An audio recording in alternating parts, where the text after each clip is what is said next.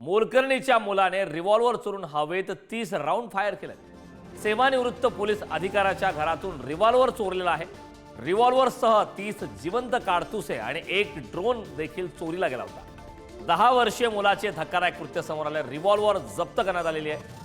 धक्कादायक अशी बातमी, 10 वर्षीय मुलाचे धक्कादायक कृत्य आले। रिव्हॉल्वर जप्त करण्यात आलेली आहे। रिव्हॉल्वरसह 30 जिवंत काडतुसे देखील जप्त करण्यात आले।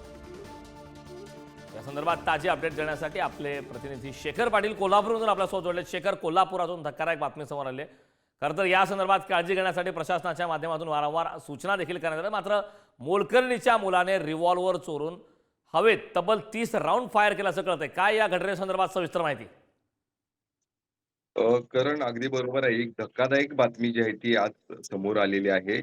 31 जानेवारी रोजी ही रिव्हॉल्वर जी आहे ती त्यांच्या एका अधिकाऱ्याच्या घरातून चोरीला गेली होती आणि त्या संदर्भात त्यांनी तक्रार दिली होती. मात्र ही रिव्हॉल्वर कोणी चोरली याचा तपास करत असताना त्यामध्ये धक्कादायक माहिती जी आहे ती समोर आलेली आहे.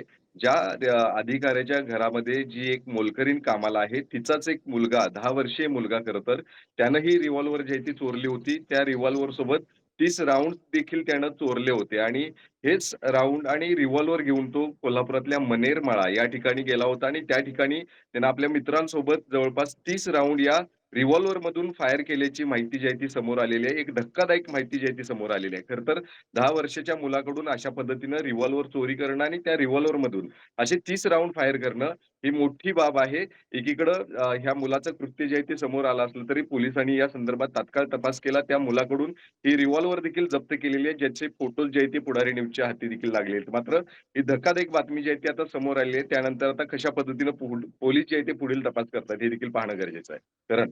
नक्कीच शेखर, पोलीस नेमका आता काय कारवाई करतात हे पाहणं महत्त्वाचं आहे। खूप खूप धन्यवाद या सविस्तर अशा माहितीबद्दल।